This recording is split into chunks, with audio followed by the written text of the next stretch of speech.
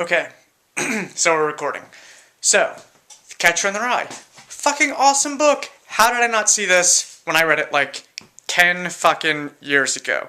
Didn't know how to understand it. Had to watch Crash Course Literature Series, 2 videos set on reading The Catcher in the Rye, in which you hear John Green explain that part of the lens through which to view the story is one of Holden Caulfield is caught in this phase of adolescence in which he's between childhood and adulthood, and all of his models for adults and the people who are his peers that are going with him towards adulthood at Pensy, he doesn't connect with at all, and he calls them all lousy, and all of his sexual experiences are crummy.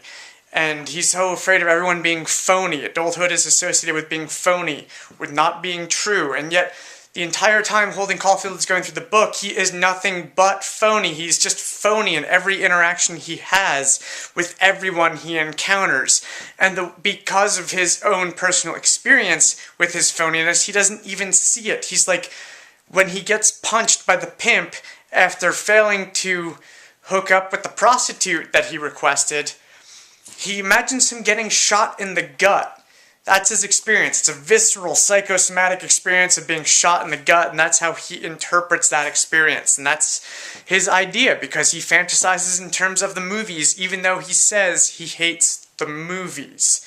And yet, when he idealizes his younger sister, Phoebe, she loves the movies, and his most intense and joyous experiences with her are being at the movies and her interaction with the movies. Sort of goes in the unconscious as a fantasy roleplay / theater, when you could conceive of it as a factory, as Deleuze and Guattari do, in their schizoanalytic perspective. Anyhow, back to Holden Caulfield. All of his models for adults he can't connect with. They're all being phony. He has no idea how to understand them and doesn't have authentic experiences with them when they do try to engage with him. Like old Spencer, when he's like, Holden, why don't you apply yourself at all? I know you're intelligent. Holden just can't interact with him on any meaningful level. He just tries to deflect it, says he doesn't have the conversation. He can't be present there with old Spencer, because he's not capable of that, because he's afraid. He's afraid of what these people are becoming. He keeps on describing Mr. Spencer bodily. His hairless, pale legs. He has the flu. He's in bed. He's not rich like Holden. Holden feels afraid of Mr. Spencer because he's like, oh my god, I could become this.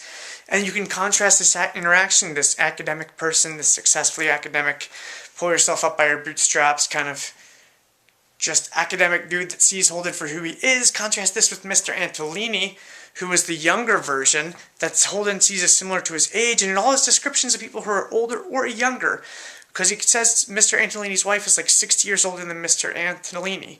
And later he says, like, you know, one of the people he encounters is like 100 years old. And then he says Phoebe is like 50 years younger than him. He has no idea how to contextualize people. But Mr. Antolini tries to offer this fucking handout to him, and he's like, hey, there are people who are beyond you. You can measure the size of your mind. There are people who are before you. At some people, like, some point you might be looked up to.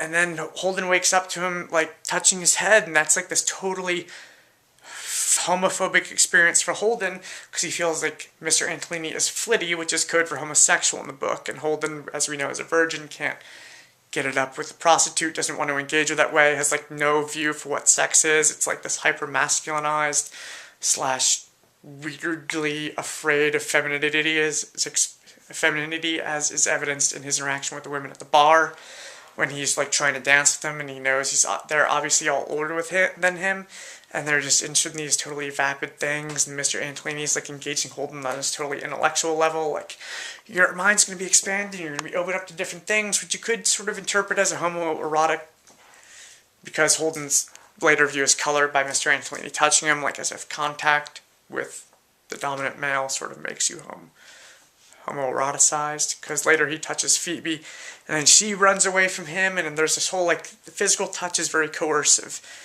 in the field, the universe that is The Catcher in the Rye. As Foucault says, sexuality is a very dense point of contact, point of power transfer. It's very, there's a whole bodily knowledge, I think is what Foucault is saying, and a knowledge of the physical self. And that's what the Volume 1 of History of Sexuality is, a knowledge of the physical self. That plays a lot in Catcher in the Rye. I gotta figure out what's going on.